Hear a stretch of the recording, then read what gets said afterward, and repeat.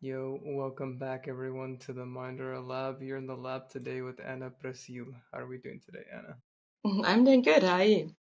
Doing well. We were just talking about this right before we started. It's been a year since we spoke, so it's awesome that you're in Amsterdam now. Congratulations on that move.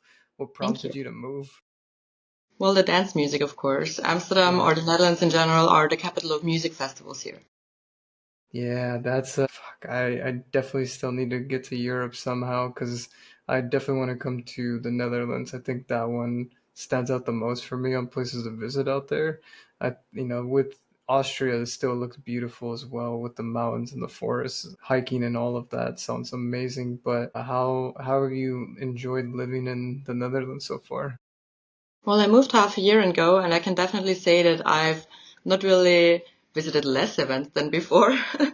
Also, not too many more. I kept the same up, but I travel way less, so it's way more convenient. And I Oh like the yeah. life here.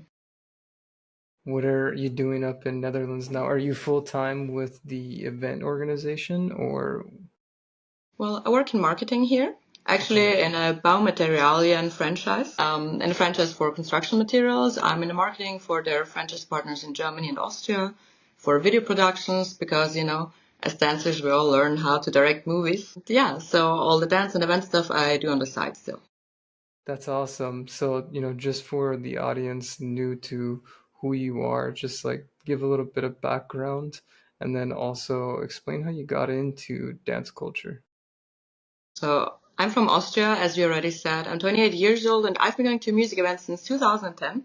So actually in January it's going to be 15 years, over half my life. And I've just always liked the energy. I always loved dancing, also with my friends. And in Austria, you're allowed to go to parties when you're 14.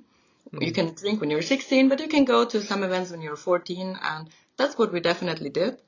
Also, maybe a bit before 14, but we're not too precise on that, I guess.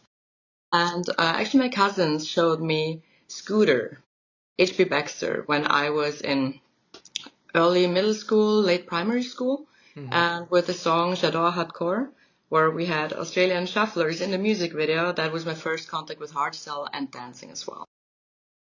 Okay, so YouTube got you into everything. Absolutely.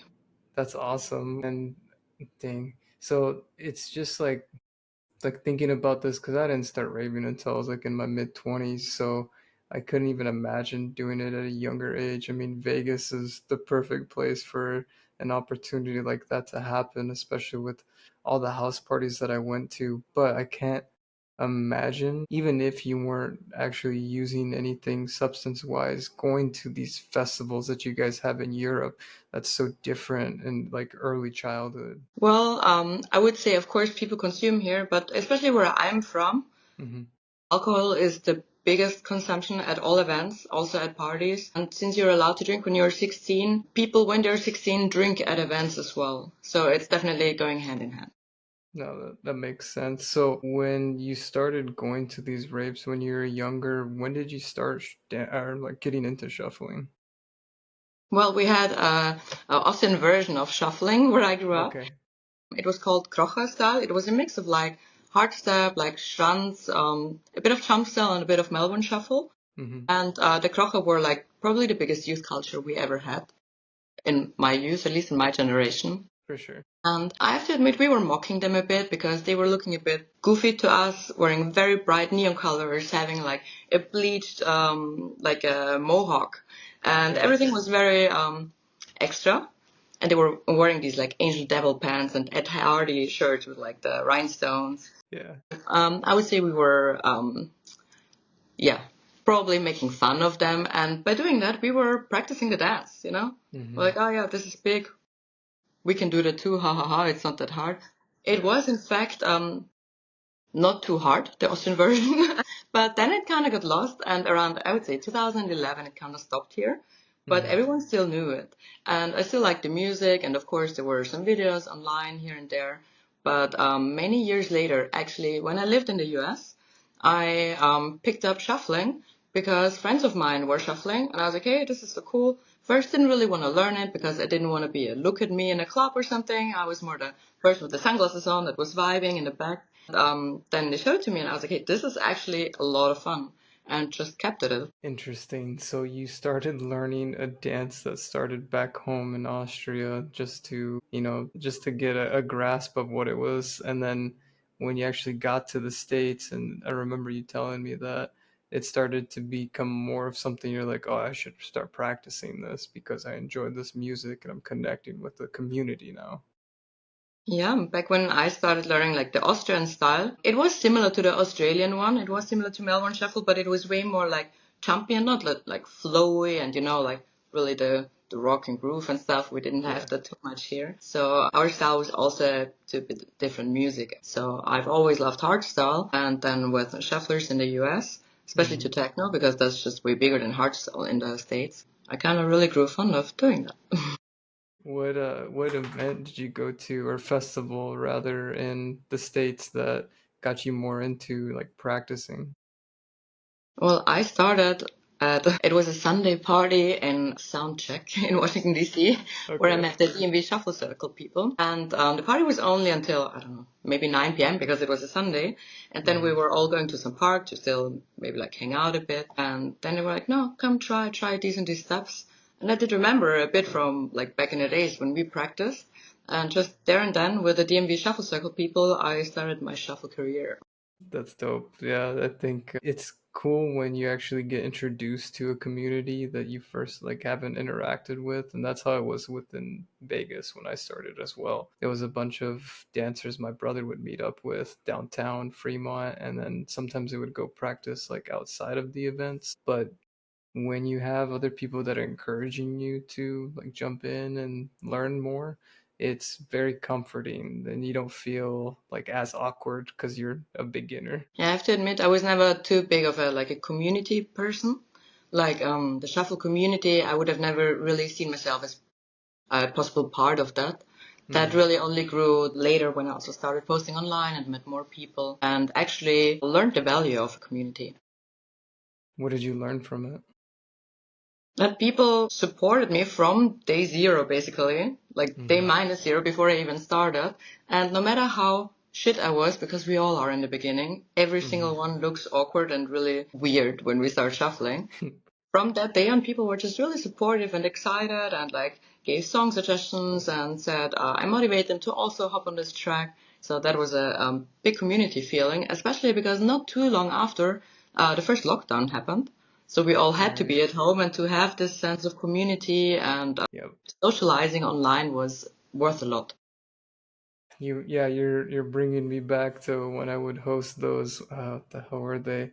Is it that app that had House Party where everyone got to like get inside of the chat, video chat during the pandemic, and that's how we met and started talking to each other and the rest of these other people around the world also, which was it was a weird time. And even with everything being locked down and people like being fearful of each other, we were still able to connect through this dance and through the music because they had all these live streams going with random DJ sets that were popping up, and then we'd all tune in and then dance together to the set. It's wild that that was only 4 years ago. Yeah. Yeah, for me, I would say the shuffle community or shuffling in general helped me a lot over the lockdowns because I was living in the US, right? And with the first lockdown happening, I had to move back to Austria. I was in the US on a working visa, and since my work was shutting down for a few weeks, we all had to leave, unfortunately. There are worse things than having to move to Austria, I have to say. So I was very lucky in this situation. But yeah, then I was back home and we had a curfew. I couldn't meet my friends. I couldn't go out. I couldn't do anything. There were some like illegal raves, but I tried to, stay a good girl. So I was just blasting music, putting on like teledomes and strobe lights at home and dancing for myself. And that really helped. Yeah, it definitely helped me out too, and it gave me more of a purpose to like start teaching people different moves and getting people into this like creative thought of what flow was. And that was another thing that I wanted to bring up during our conversation was how do you get into flow state and what is flow state for you? Well, I'm a person, when there's a shuffle circle, I do not hop in because I can't. When I notice that people interact with me or start like, hey, hey, hey, it completely kicks me back to reality and I Yeah. just like lose track of what I was doing. So for Yeah. me, flow state is just really interacting with the music, even if you don't know the track. After all, most tracks are structured in a very similar way. So when you dance a lot, you get a feeling for what could happen. Or if Mm. something else happens, you can save yourself still. But for me, it's really dancing for myself.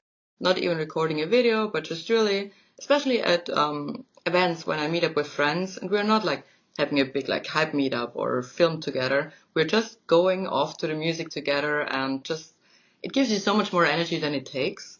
That is for me like the flow state. And also, I would say I've done my very best shuffle videos or dancing in general during heartbreak moments. This release, when you're just blasting a song that really like gets to you and you just throw out whatever you have inside you. Yeah, it's interesting you bring that up with using this as a resource to get over something that's happened that's difficult in your life. I mean, just like you're talking about with COVID, that was a difficult time for all of us, and being able to get out an emotional release where you're just in the moment, you're present with the music, as you were saying, you're present with what you're trying to digest and like get rid of essentially and like just let go of. I think that's so powerful with any form of dance, but especially with shuffling it definitely, even with the faster BPMs, you literally have no time to think about your next move because you're so focused on how you're feeling the music. Yeah. So the flow in my eyes is also very dependent on the genre. Mm. Like with hardstyle, I mostly go to hardstyle events. It is very fast. Like, of course, you can be a bit creative to hardstyle, but after all, you just have to be very active. So there's not too much room for like breaks or something like that. But if you have like trance, for example, melodic techno, also trance kind of, Mm. that is really music where you can be creative and just play around and do your own thing. Interesting that you bring that up as well with different genres of what you're going to be doing. So how do you break that down? So like how do you dance when you're listening to hardstyle versus something that's slower paced? I would say when I started practicing a lot, it was mostly minimal techno Mm-hmm. because it's very predictable. It's like a tempo that you can keep up with quickly and you just really, you can practice a lot. You can try out things. Mm-hmm. I nearly only dance to hardstyle nowadays because I love listening to it most, but it's more of a like release, like energy. You go off. You're maybe not as versatile or too technical, but Mm-hmm. you really like hit every beat very sharp and hard and also with your whole body. I keep up with just the energy of the track. Well, when you have trance or something, I would say 145, 143 BPM, you have still energy and power, but you Mm-hmm. have a bit more time to do things Right. and maybe a longer intro or also like a mid intro, more things to play around with. Yeah, it's definitely something that I think about a lot when I'm getting into different genres that I'm dancing to. Like even with trance, I feel whenever I'm able to just let it go completely, the steps that I take, I feel like I give myself enough time in between, even if there isn't any time, if that makes any sense. Yeah. Being predictable with what your next set of combos are going to be, or what you're trying to focus on, like intentionally to create with the visual pattern of the footwork or with your upper body, or maybe a combination of both.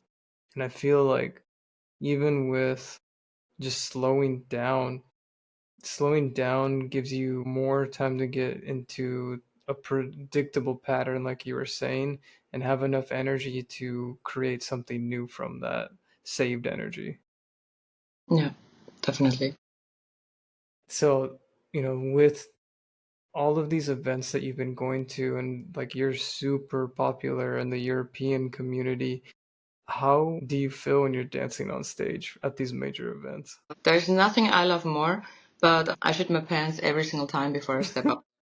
Because shuffling, like people know shuffling here, but especially in Yeah. hardstyle with the like post-COVID generation, they don't remember the YouTube hardstyle days. Like the Mm. shuffle videos to every track, the compilations, they don't remember. So they're like, yo, take your shit techno dance to some other event or something. Yeah. Well, like the old school events, people are like, nostalgia. I still remember Francis or, Moonboy, all these things. So it's always a bit of a like, I already agreed on going out there, so I have to do it now. I have to commit to it and just make the best of it. But once I start, like, I'm in my flow state. I do not see the crowd. I do not think of the crowd. I'm just like trying to like grasp if the DJ is playing an edit or something that I know. That is very helpful to know when going on stage. Yeah. But when I'm there, I have so much energy. I just like have so much fun. When I'm on stage, I smile the whole time. It's really the biggest rush for me. First, of course, in excitement, and then just in happiness that when you do it, then you know you can shuffle, you know you won't fuck up. But in the beginning, you're like, what if I slip? What if that happens? Because I've danced on many stages where it was pouring, completely slippery wet. Yeah. But then, you kind of do what you can. What I love most is dancing on stage with friends. That is kind of a, like, we experience that together. But yeah, for example, at DEFCON 1 this year, probably my biggest shuffle achievement so far, I danced on stage with one of my favorite DJs, David Sona, Okay. and it was not announced. Like, I knew it, he knew it, and like the stage manager knew, but no one else really knew. And I'm hosting shuffle meetups at DEFCON. So I planned a shuffle meetup during that set, so all the Okay. shufflers are there and we can all like party together. Yeah. And at the very first track of his, I come out there with him and I start. My friends were looking for me and then suddenly saw me up there and were screaming and everything. And I heard them and I was like, okay, someone makes noise, someone is cheering that might give the others the impression that I'm supposed to be there. But after all, it was just an amazing experience, even though I nearly fainted before going out there because big stage and like, what will people do? But yeah, it's the best feeling ever. How many people were there in the crowd? It's really hard to tell because it's like a hangar, but in the back it's open. But they were guessing around 17,000 people, which I have to say, like, it looked less for me, but also I have no idea. Yeah, yeah, because you're like tunnel vision, like, oh, I'm supposed to be coming on stage, I gotta start performing, and you have all those thoughts going on in your head. So yeah, no, that's good that you focused on the cheering from your friends because that obviously helped you out. Like, all right, cool, like I'm gonna do this. Yeah, I think 17,000 was like the maximum capacity. Hmm. Maybe they said it to make me feel good. If that would have been my biggest stage, I think, because the next stage was 15,000, but I was actually not shuffling on stage there. I was joining DJ Paul Alstag and his MC Bookshi to hack. And my hacking is really not that good, but I interviewed them right before their set, and they were like, you know what, join us. I was like, of course, I'm not saying no to that. I just went out there and I was like, what am I gonna do here now? But we made it work too, and it was fun. That's fucking awesome. So, what was the first event where you actually got into dancing on stage and like how did you take that? Like how'd you take the offer? I've made many, many videos for artists. Hmm. Well, I actually started just making videos for my friends on social media and for the community, and I was tagged the artists to give credit, and then they started asking me for videos, or I started working with some labels, or like, new release promo videos, and then a DJ sent me a track, and Hmm. I knew that he was dancing at my favorite festival, my home festival, Electric Love, in Austria, and I was like, yeah, sure, I'll make them if you take me on stage with you. And he was like, yeah, sure, let's do it. And so for me, that was the first time at like a big festival as well then. And I got two friends to join me as well, Anita and Dennis. And we just met there and didn't really talk too much about what tracks. He was just like, yeah, I'll keep it under 150 BPM. And he only played 165 BPM tracks. So we were like, just fighting for our lives up there. But Yeah. it was super cool. We got some like really nice compliments, and that was like the first "you don't die if you embarrass yourself." Yeah. Because for us it was like, what did it look like? But everyone said it looked cool. And then some friends of mine, they were playing at another Austrian festival shortly after, Hmm. and they got me alone on stage with them. It's the Hardstelburms. Really good, really nice friends of mine and great producers. And they Hmm. have like hardstyle tracks made like Austrian, a bit like Schlager music wise, like après-ski-ish. So I put on a dirndl dress, and that was my very first viral video. So I was on stage, and that video got like, I don't know, I think it was in the first month on TikTok and Instagram together over 2 million views. And Jeez. then other people started approaching me, hey, can you do that with me too? Because of course, the exposure and something cool like a show act. And that happened, and ever since it's been, I don't know, like 15 festivals Damn. or 15 festival stages. That's impressive. And it was all because you're just like, yeah, I'm gonna dance to your track, but you took the risk. You're like, hey, take me on stage with you. You know what it's like? Many DJs are like, hey, can you do this? Can you do that? Because Hmm. they want the like exposure online, and most of us are not charging for those videos, especially when you're a small creator, when you're a big fan of the artist. But you know, they are profiting from it. Otherwise, they wouldn't ask you for it. I was like, you know, it's like a big radio DJ where I'm from, and he's super, super nice. He also met with me to make a video and wanted to learn a few steps. So I was like, I'll do that, no problem, but take me with you. It's a good trade-off. That's a cool ass story because I'm sure other people have wondered like because that video with you in the dress, like is that like a native dress to Austria? Okay, so that's even more impressive is that you're crossing culture from a societal aspect into a music aspect, and you're blending those together, and that's like true originality. Yeah, the artists that I was performing with when I was wearing that dress, they were also performing in lederhosen, like Oh, also Austrian traditional clothing for men. So I put on like the women's version and joined them on stage. And originally I was supposed to do that with a friend, but she chickened out. And I was like, oh my God, now I have to do it alone. What am I gonna do? And I was just like nervous. And I was at that event also as a journalist. So I was running between interviews and then just like trying to like do my makeup again, go on stage, do my makeup again to go to an interview. yeah. So it was a very exciting day, but also cool to be part of it. Yeah, you're part of history. That's awesome. And, with all of the things that you've been doing that have led up to where you're at now, was it easy to say, all right, I'm down to jump into this head first. I want to continue to be interviewing the biggest names in like Europe. I want to be able to continue going to these events and doing as much as I can. I've been going to events since 2010, Mhm. but more as a visitor back then.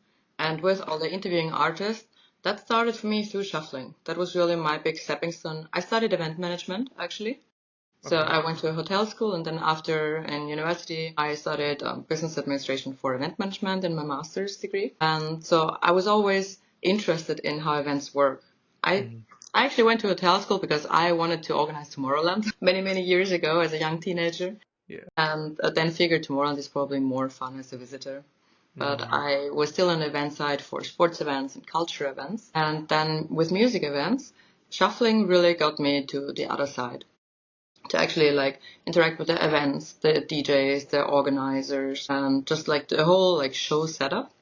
Hmm. And then also got more into like actually conducting interviews. First, I was writing about the events, like blogs, little blogs, Yeah. and then yeah, shortly after I was interviewing Timmy Trumpet, W&W, you know, like really the biggest artists in EDM kind of. And ever since, I think I've conducted 35 interviews with Wow. big artists. Yeah.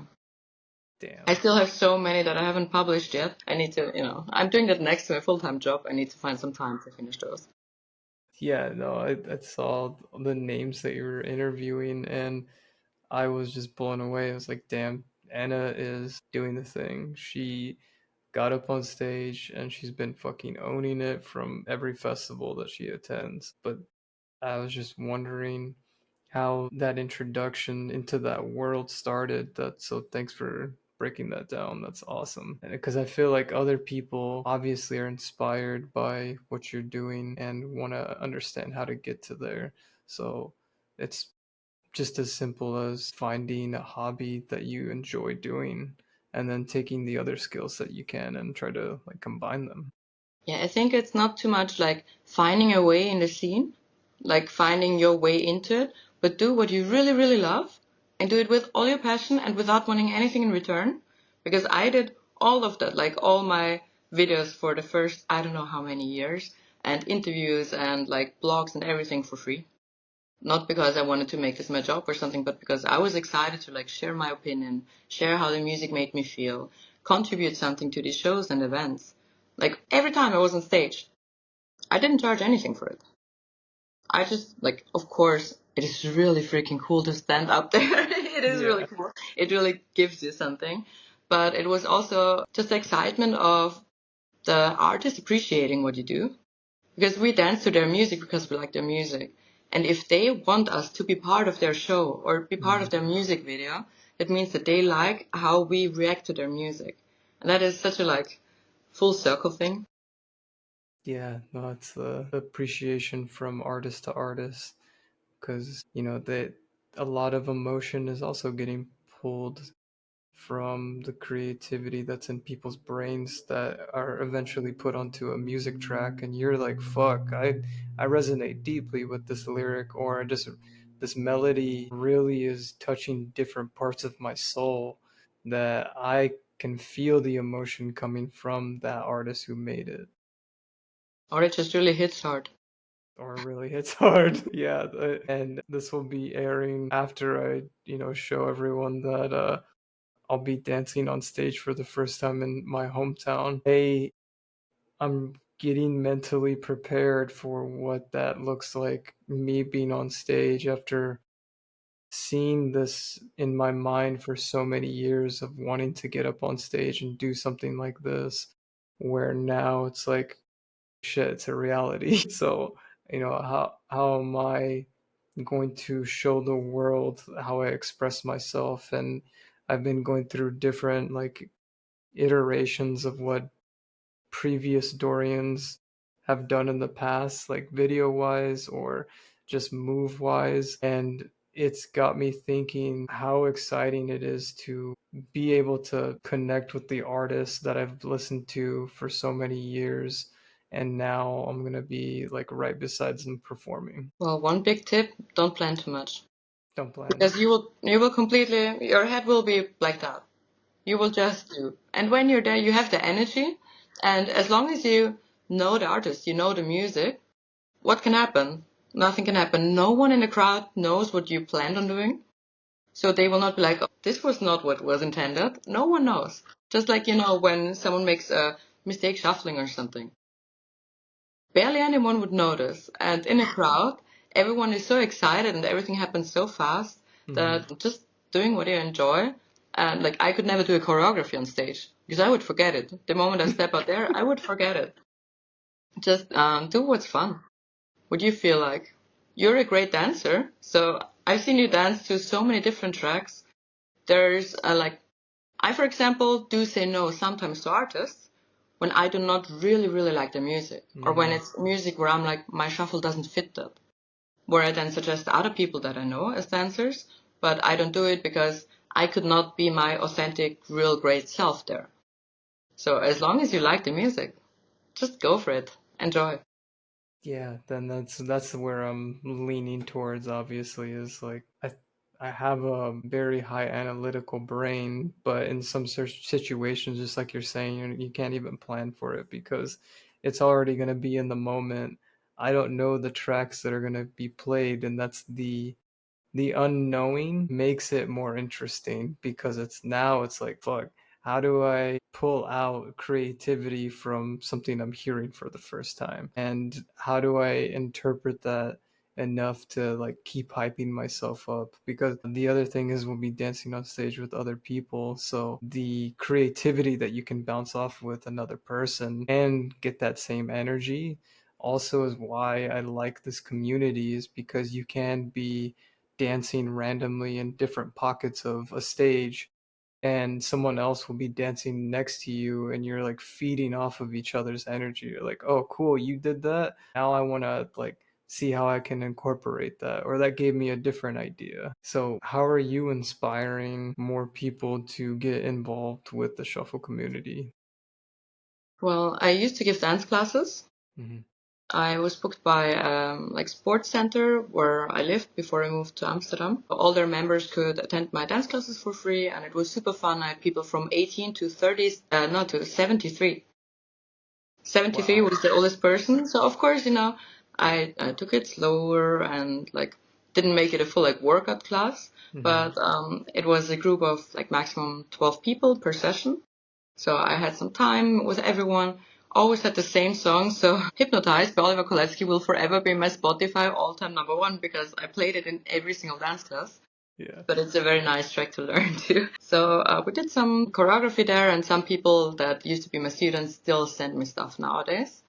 But what I do mostly, I think, is my like local community work for events. Hmm. Like at DEF CON 1, I host a shuffle meetup every single day where people from all over the world are attending. And I always have like member wristbands, kind of like a festival wristband. They're always in the same green. Well, from year to year, a bit different green. And it says approved hard dancer. And every person that attends the shuffle meetups gets one of those. Me and my friend have them and hand them out. And Hmm. then when you see someone on the festival with that wristband, you know that like they're a shuffler and you just go up to them and interact with them, which is a super nice, like, to mark each other as shuffler. Hmm. And people sometimes a year later still have the wristband on because they were so excited about that.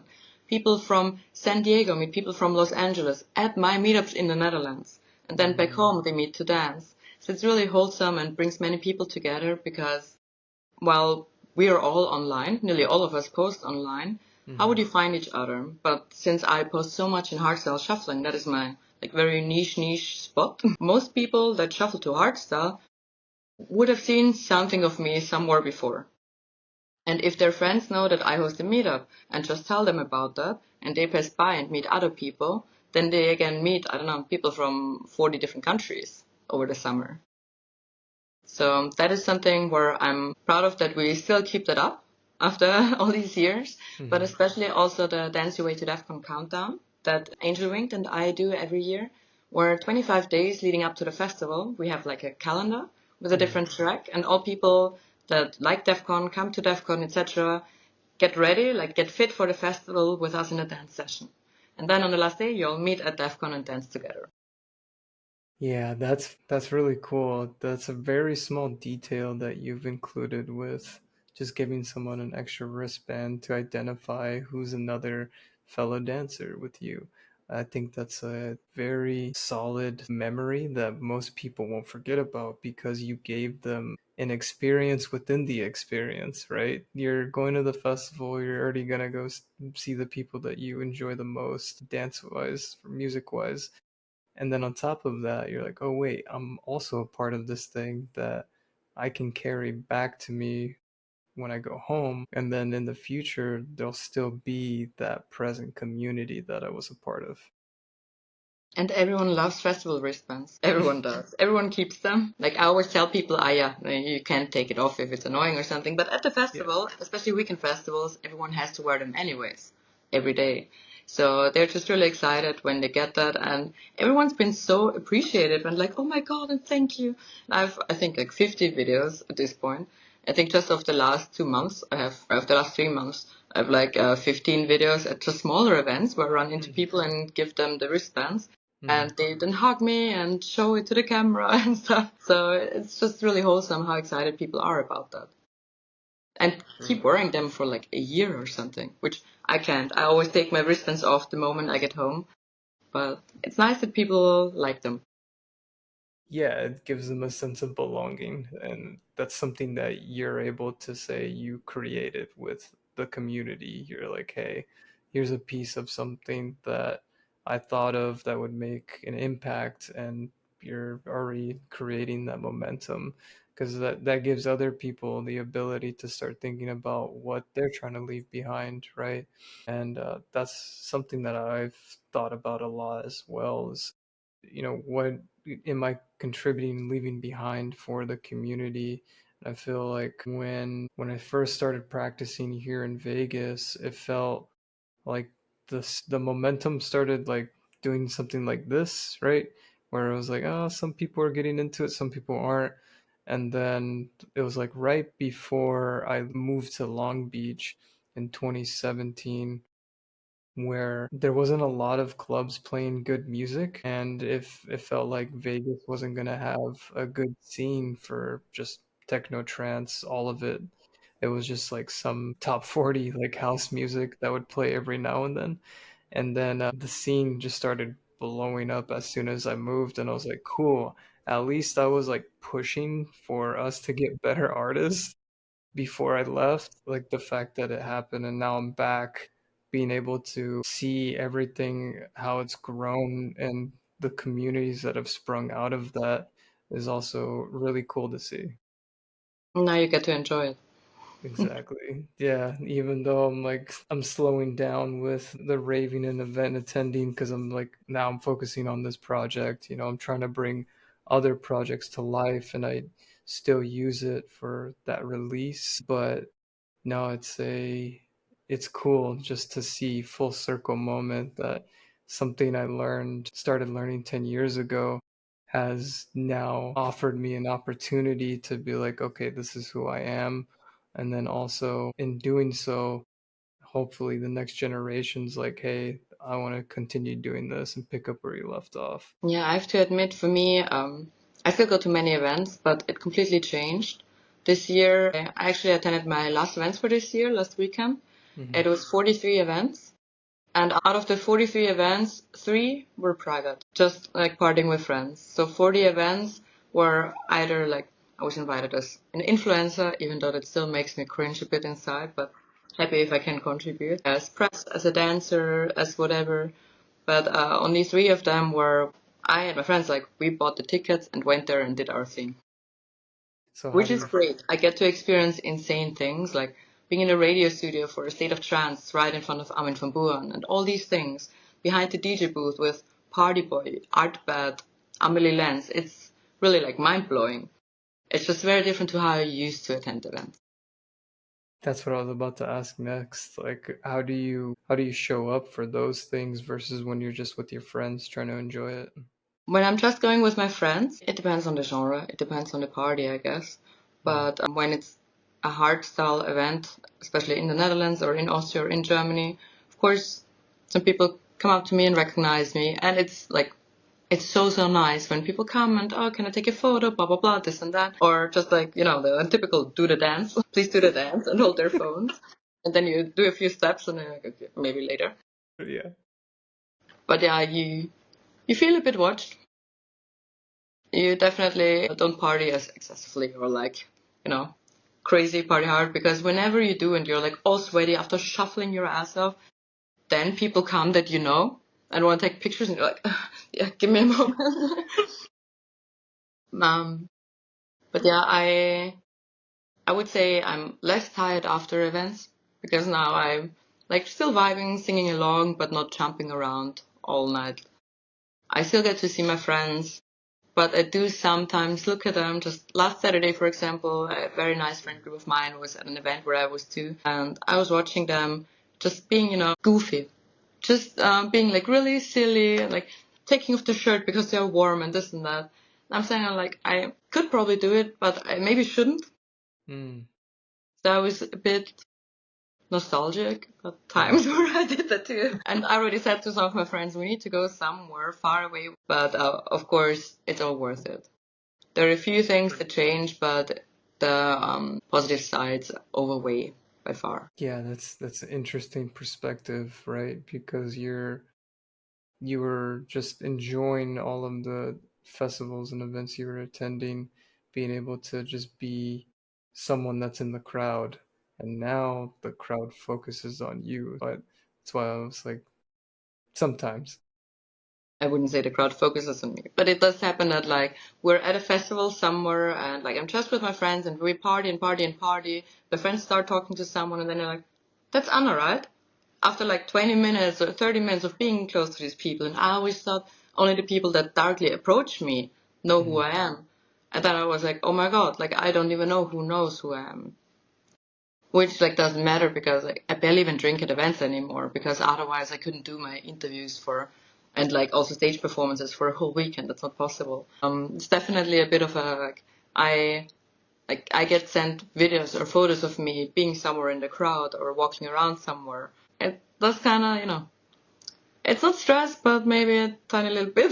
Yeah, no, it's an interesting perspective to think about because you're like, nah, I don't want to use the term influencer, but it's like kind of rave celebrity, and it's a different world mindset. And yeah, the thing is for example, for ADE, I'm some dance event. I'm part of their official press team, so I have to show that I can be professional. And it's not like, oh my God, people at parties cannot know that I party. Of course we all party. Of course we all dance. We're there to have fun. But then again, if there are people that are like, oh, she was really drunk, which I hardly am. I don't like drinking too much anymore. But back in the days, I definitely downed some drinks with my friends. Yeah, that's the girl that was so drunk last time. Then for like professional connections, it's really bad. Or not that helpful. Interesting that you bring that up, and I feel like this is a good segue. Why do you think it's taking so long for shuffling to be recognized as professional? It's a good question. I mean, it's been around for a while, right? But it's always more been, of course, like it comes from the underground. It comes from the rave scene. Like I also started posting for my friends. I never intended on growing my profile to have like random strangers tell me Yeah. that looks shit or something. And that was not my intention when I started posting. Or getting death threats, which I sometimes get on social media for no What? reason at all. Yeah. Like sometimes of videos of mine where I'm on stage, a random stranger comments like, nothing a crossbow wouldn't take out. Wow. And then you're just sitting there like, you're on stage. There are many, many people. And of course, like, we don't really have weapons at events here. I at least hope so. But you feel a bit like vulnerable.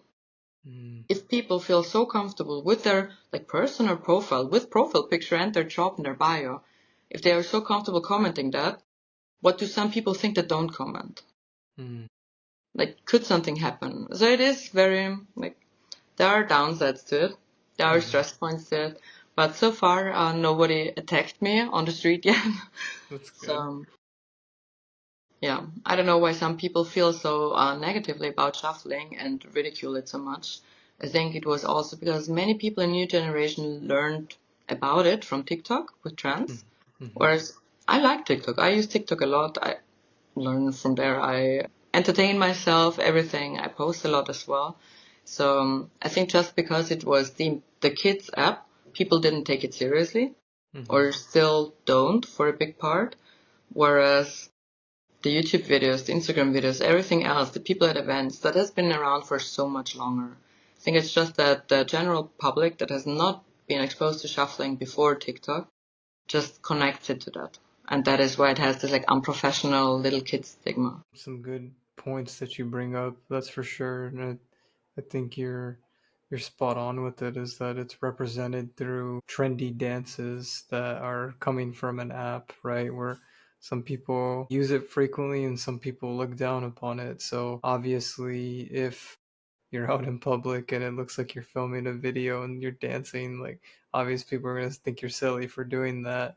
Yet there are people that are instructors who are having a full professional career out of this, that get offered to dance on stage and manage events and do marketing, do interviews. You're living, breathing evidence of that. To say, after dancing on stages in front of 10,000 people here, 15,000 there, another 8,000 there, I can still not dance alone in public. I cannot put down my phone somewhere where there are people. Like, when I go film my videos alone, I go somewhere where no one could ever pass by.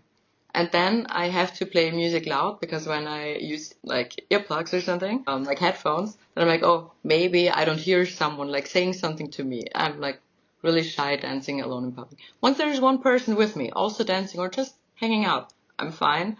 But alone by myself, I'm really amazed by all the dancers that can do that, because I cannot.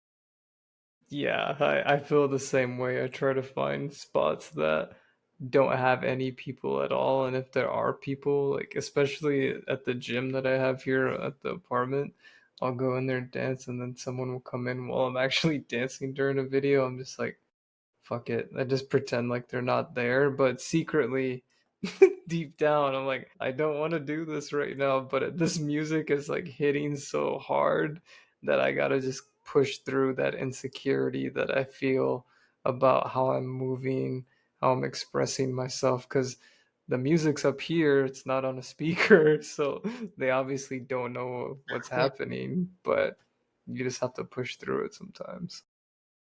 And that's really the thing also with going on stage. Nothing bad ever happens. Nothing happens. You can slip, you can fall, you can miss the drop. you've no idea how many times I've missed drops, or I thought it's an edit or something, and then like I kind of stop and the beat just goes on, and I like keep people hyped, like let's go, and then I keep shuffling. So nothing happens. One thing happened to me, which haunts me in my nightmares to this day. I was on stage and I was so excited. I was really hella nervous, and it was super late, and I was just like, oh my god, how am I gonna do that? And then with the dancing, everything went fine, and then in my head I was like, okay, off that stage, off that stage, off that stage. And on the videos, while you see me hopping back to my friends that were waiting next to the stage, you hear the MC being like, you can stay if you want to. But I didn't hear it. So in front of, I think it was 12,000 people or something, I just hopped away, and everyone was sending me WhatsApp messages like, why didn't you stay? She wanted you to stay. But she then called me on stage again a bit later. That was a bit of a like redemption for that. Yeah. But that still haunts me a bit. But other than But that, nothing bad ever happens. at least you were able to recover from it, and then now you can talk about it. It does haunt me though. I mean, yeah, but it doesn't stop you from going on to big stages. No. That's the cool part, is that you used it to help you, like, all right, I've already done something, so anything now is just gonna be so small and not gonna bother you. Yeah, no, it's always very big. It's always still very, very big to me. So, Yeah. of course, like now I have some requests for like amazing festivals next year already. And I'm super excited, but then again, like I was at a party not too long ago where an artist that I have already performed with in the past at a festival was like, oh yeah, here you can dance with me. And then I was at the party, and it was a bit of like a boiler room setting, so there was enough stage, like area to dance and everything. But I looked in the crowd and I was like, this is not the vibe here. I just cannot pull it off. And it was not a like, okay, we will do that. We're like, oh yeah, let's see. And I was like, after the event, like, great set, really cool. I partied in the crowd, but could not have ever gone up there and be like, can you make some room because I dance here now? I could never do that. No, that's Also, like, awesome. yeah, the MCs, some of them know me, of course, and then they see me and they're like, oh, come on, come on stage. And I'm like, ha ha ha. And party on and just like act as if it was a joke, because I'm like, I cannot just go up there and I'm not a like look at me, even though of course with social media it very much gives off that vibe. But I can only really go on stage when the artist is fully on board, the event invited me, I know the music, the MC is on board, when I feel comfortable going there, and not as a like, yeah, okay, let her come if she wants to or something. I could never do that. Yeah. Yeah, that makes a lot of sense, because then you're just talking about that earlier. If you're not into the music, if the event isn't into the dancing, it's not gonna happen. Just like some places here in Vegas. I've been in 2 nightclubs here in Vegas where the security guards are like, shuffling's not allowed. You can't do that on the dance floor. And I was just like, what the fuck? You're so hold on. You want me to dress up in professional attire with dress shoes, and then you want me to spend a bunch of money, but you don't want me to dance? What the fuck? I would say your fault for going to clubs. I do not go to clubs anymore. Yeah. Oh yeah. Yeah, this was something that happened in the past before I moved away, where I was just like, I need to go to a different scene that is accepting of whatever you want to wear, and just able to be comfortable listening to your favorite music and dancing. Yeah, I have to say in Austria, the scene is very much open to these things.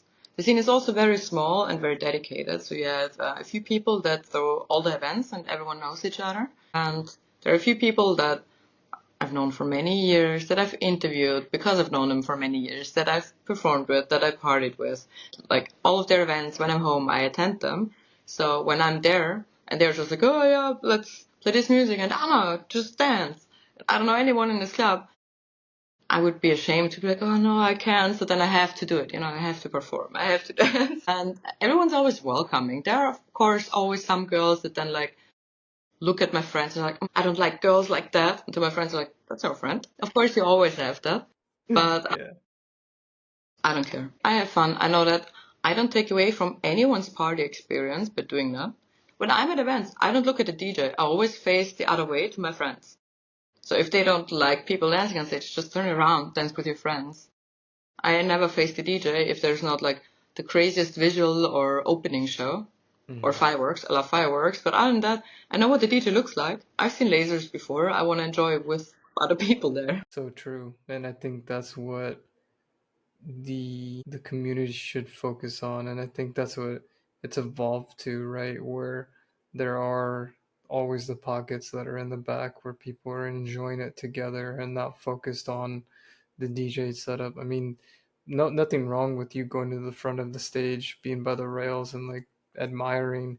Nothing wrong with that. You guys do that. But when you're in that moment and you're connecting with your other friends and you like see the joy that it's all bringing you together, it's so freeing in that moment where you're like, ah, this is bliss. Yeah, and especially after many years, after seeing like hundreds of shows, you really value the memories with your friends more than, yeah, seeing cool shows is nice, but you can also watch them on YouTube. I'm short, I'm like 168-ish. I don't know what that's in American measurements, 5'6", 5'7", something like Sounds that. about right. So I don't see shit anyways. I only see tall people in front of me, especially in the Netherlands. It's like the tallest people of Europe.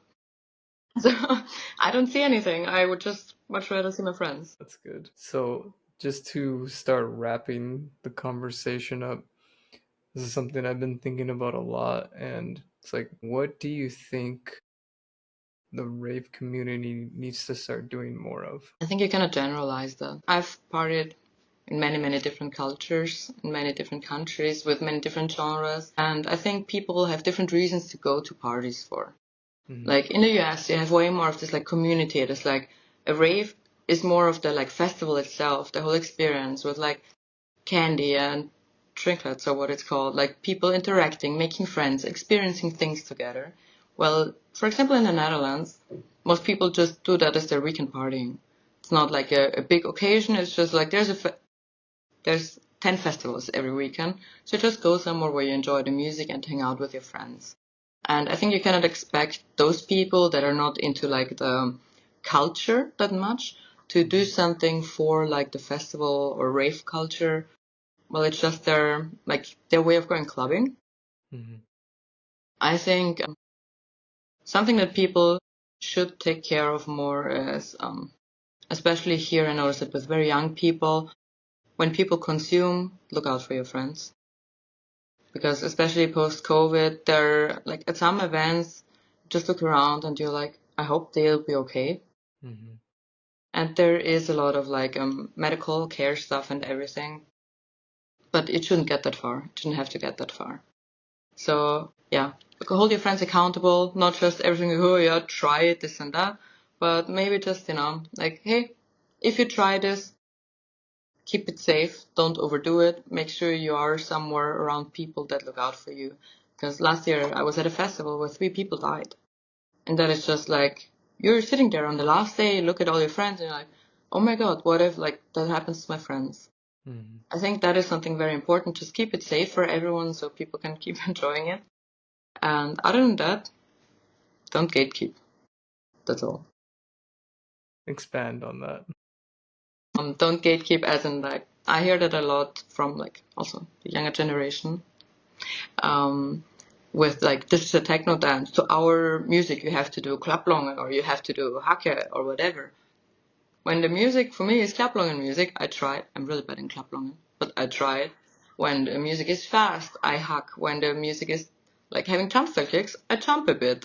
When it's like shuffle music for me, I shuffle. Like let people dance their way and not say to this music you have to move like that, because who makes the rules? Certainly not the artists, because they ask me to dance their music after all, and not the events. And why would some 18-year-old tell me that if I've been going to events for 15 years, No, no one makes the rules. Yeah, so I mean, bottom line, and I agree with you on both fronts, is making sure your friends are okay, or strangers for that matter. I mean, we're all just there trying to make it to the next event, like get through another weekend and safely do so. And then on top of that, it's encouraging people to get creative and introduce blends of technique, because that's what it boils down to. It's all technique. based on whichever BPM that you're attacking with your footwork, you're still a part of the electronic music scene. It is one giant entity, and you're so right. And this is something I know people would probably listen to and think about, like the Shapes versus Melbourne and this and all of these things where they originated from. But at the end of the day, all of these people that argument or that have arguments with each other end up meeting in person and then they just dance. So none of it is very. This whole discussion is the most ridiculous of all because, I mean, you know my dancing from basically when I started. I've always only done like Melbourne. I've tried a few, like you remember maybe like mass steps here and there just to like see what it's like, but I've only ever done Melbourne shuffling. The first time I performed on stage and got to bring two friends, I brought two shapers because they're great dancers. They bring the energy. They are willing and want to perform on stage. So we had a great time. And like everyone loved it. It was fun for everyone. So just as like, you should do this or you should do that. Says who? Like I love hardstyle to shuffle too. Shuffling has existed longer than hardstyle has. Does that mean I have to keep dancing to the same music from back then and cannot do it to the music I enjoy now? No. Good things to think about, that's for sure. And I hope this hits home for people and starts opening up some more discussion and conversations because I just want more people to get included and start thinking outside of the box and like be more open minded because that's when more collaboration starts happening and that's where all of us start to win in the long run. Yeah. I just got to do a music video for one of my favorite artists as well not too long ago. And he reached out to me and it's a track that has a reverse bass kick, but also a jump style kick. I was like, yeah, okay, jump style is not my like biggest skill. So I'm gonna ask some friends and it happened to fall on the same weekend as a festival here. So I knew some of my international friends are coming. But the first person locally I hit up was a shaper friend of mine. Because I know he can dance hard and he can hit the BPM and he's like really on point with his moves. So yeah, of course I'm getting him on board for that. So I think the like vibe of people, how the people are to dance with makes like a bigger difference than what moves they actually do. Could not agree more with that. I'm thinking, yeah, it's a good note to end on. Well, Anna, where can people find you and connect with you? Anywhere under the same tag. I don't have Twitter or X. I don't have that.